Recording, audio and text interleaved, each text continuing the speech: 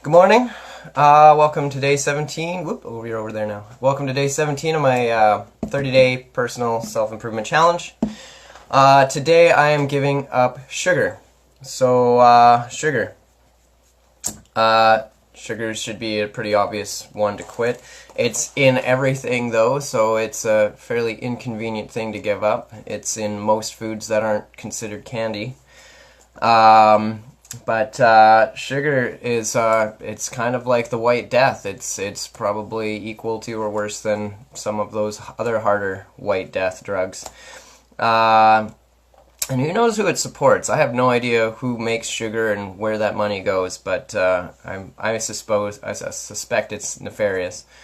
But of course, sugar works on dopamine, and how sugar kind of works on your psychology as well is that we connect things to good memories. And so if you think back, Halloween, Valentine's, Christmas, birthdays, what happens at those occasions? All sugar. Halloween, sugar. Birthday cake, all sugar. So we've not just as sugar its own chemical strong thing, but when you connect it to all of these, you have a nostalgia. Every time you taste sugar, it's bringing you back in memory to all of those happy times. So it's really working really strongly on your dopamine. And the more I've been doing this work with myself, I'm so glad that I chose to focus my personal challenge on recovering from dopamine addiction. And I think that framing addiction for me anyway in terms of dopamine hit has really clarified how I've been as an addict to things, because I was never able to be a career alcoholic or a chain smoker for too long. I would pick something up and it would my body would reject it. I'd move on to the next thing, or they're always in combination. So this dopamine thing is really what's kind of going on. Facebook admitted that they worked on your dopamine system. Masturbation works on your dopamine system. When you're looking at porn, you're going, your brain is going, wow, you're spreading it everywhere. Why would you want to be with this one person? And it doesn't release dopamine when you're with a partner, a consistent partner. So, and it's such a new experiment, this cocktail of soup and addictive vices and forms of entertainment. So choosing to have to work for your rewards, choosing to put proper time into making a breakfast or a dinner, choosing to really make sure that you're going out of your way to meet somebody on the terms that you want to meet them, builds work. You're working for your reward system, and that later on down the road builds confidence and stuff. So besides the dopamine stuff, sugar is also a contributor to diabetes. Good morning, Mom. Which my grandfather had, and I think I'm at risk for. So it's also terrible on the teeth. There's a good argument that dentistry would, the profits from dentistry would be cut in half if everyone quit sugar, because that's how much more than almost any other food is affecting your cavities and your gum disease and things like that.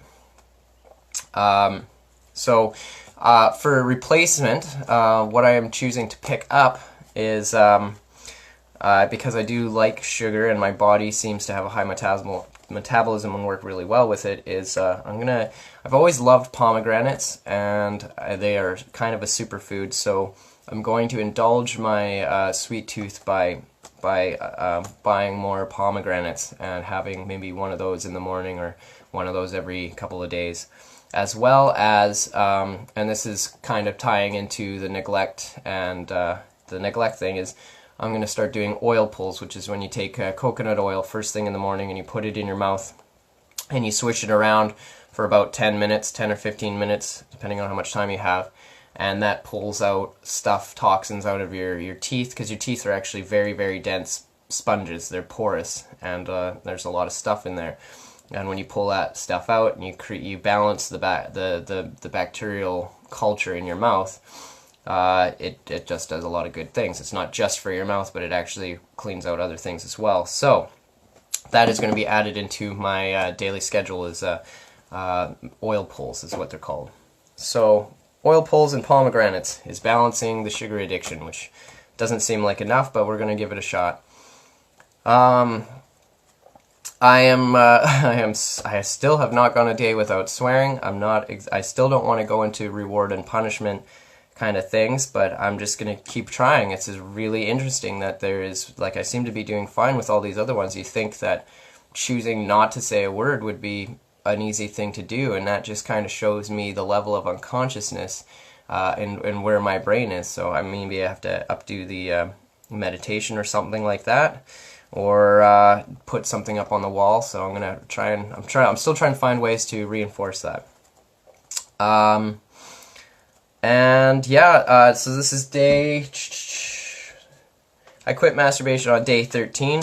I've been watching videos on this. There's a whole movement behind it, and it's funny. So I went to the doctor yesterday for I've got a rash. It's probably from eating too much sugar. I was binging on my Gatorade powder before coming up to quitting, and I think I actually gave myself a candida rash or something like that. So I had to go to the doctor. He could fit me in.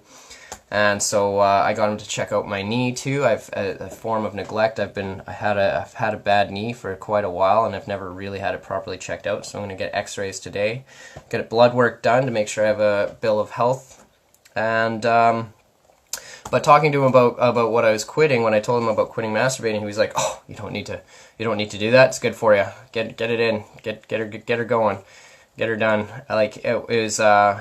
It was interesting, and I don't know if that's just his education or if there's some truth to that. It does seem like there's studies on both sides, but I can tell you that I know for a fact that it's contributed to a bit of my emasculation. It's contributed to a bit of my depression. It's contributed to a lack of confidence for me personally, and this is what other people are saying for themselves as well, and that when they quit, it can be really, really hard, but they're forcing themselves away from that dopamine addiction and having to work for things, and it gets them out into society more. And I have other friends who say when they cut back on masturbating or sex with a partner, that they have a lot more creative power. And there's some of the folks I've been watching are talking a lot about your personal, for a man, their creative power, and their power comes from that, or it gets drained through that action. So to hold on to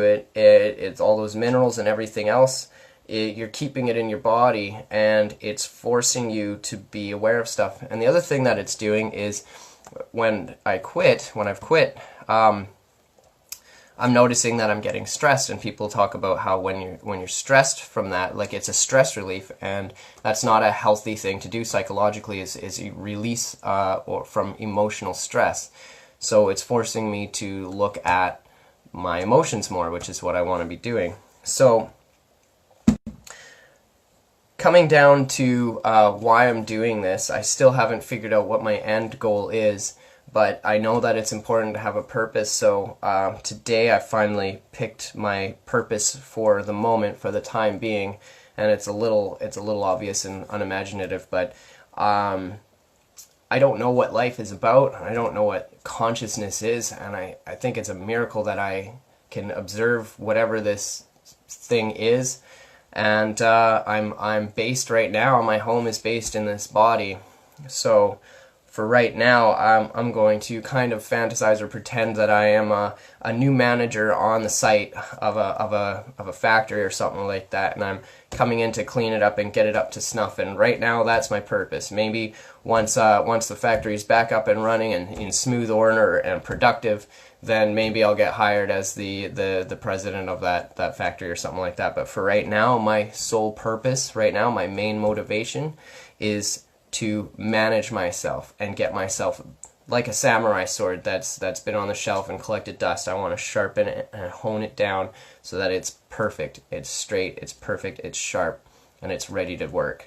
So I'm bending all of my will towards this goal right now, and I actually do feel, by taking on this belief, I do actually feel really complete in what I'm doing, whereas up till now I've been like, God, this is what I need to do because I'm depressed or whatever. So I feel a lot more clear that this is what I'm doing. And so I was planning on going up to Denman Island this weekend, hanging out with a lady and hanging out with a couple of my friends. But when I think about how much I have to do on my list of things to do, and how vulnerable and fragile this process is making me, and how important it is to the core of who I am, I had to cancel on those plans. And I said, you know, like right now I just got to look after me right now. I'll have time in the future, and being able to say no to people or to activities is a bit of a practice, because I'm a bit of a yes man and I like to go out and do things. But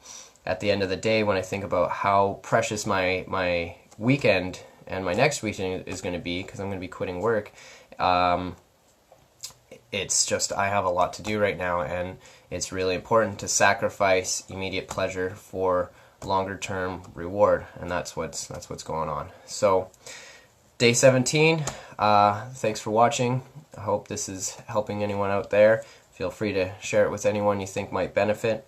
And again, thanks for the support. This is quite an experiment, and I'm really thankful to be witnessed in this.